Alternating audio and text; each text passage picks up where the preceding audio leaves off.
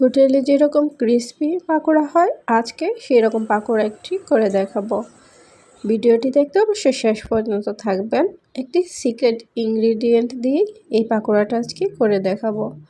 ভিডিওটি একদম শেষ পর্যন্ত দেখবেন এবং যারা সাবস্ক্রাইব করবেন না প্লিজ সাবস্ক্রাইব করে নিন।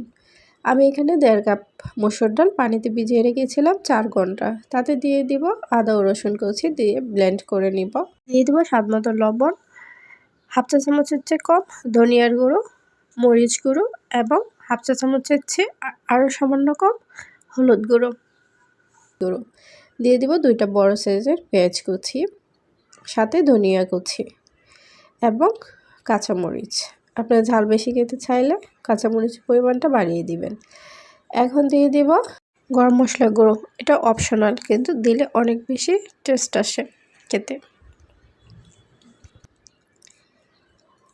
এই পাকোড়াটা সামান্য একটু মাখিয়ে নিলে অনেক বেশি ক্রিস্পি হয়।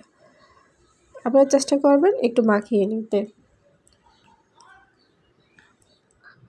তো দেখুন আমি প্রায় 3 মিনিটের মতো পাকোড়াটা মাখিয়ে নিয়েছি।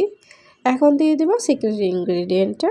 আমি একটি বাটিতে সামান্য পানি নিয়েছি, তাতে দিয়ে দেব 1/4 চা চামচের চেয়ে কম বেকিং সোডা দিয়ে ভালো করে মাখিয়ে নেব।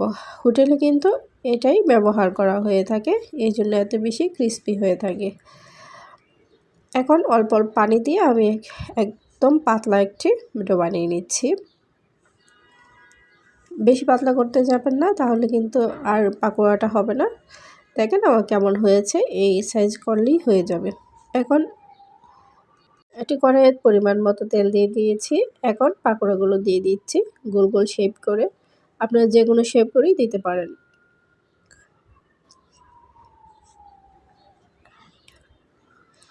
তো যদি রেসিপিটা ভালো লেগে থাকে অবশ্যই একটি লাইক, কমেন্ট এবং শেয়ার করতে ভুলবেন না, এবং সাবস্ক্রাইব করতে তো অবশ্যই না। এভাবে করে আমি সবগুলো পাকোড়া দিয়ে দিচ্ছি। সবগুলো পাকোড়া দেওয়া হয়ে গেলে, নিচেরটা হয়ে গেলে আমি উপরেরটা উল্টে দিচ্ছি। আপনি কিছুক্ষণ পর দেখবেন যে ফুলতে শুরু করেছে পাকোড়াটা। একদম কম আছে পাকোড়াটা ভাজার চেষ্টা করবেন, তাহলে ভিতরে সুন্দর হয়ে যাবে এবং ক্রিস্পি হবে।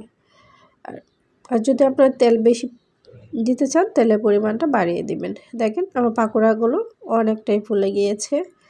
এখন পাকোড়াটা প্রায় রেডি। আমি একটি ছাঁকনিতে করে তুলে নিচ্ছি একটু টিস্যুর মধ্যে, তাহলে অতিরিক্ত তেলটা শুষে নেবে। তো সবগুলো পাকোড়া আমি বানিয়ে নিয়েছি।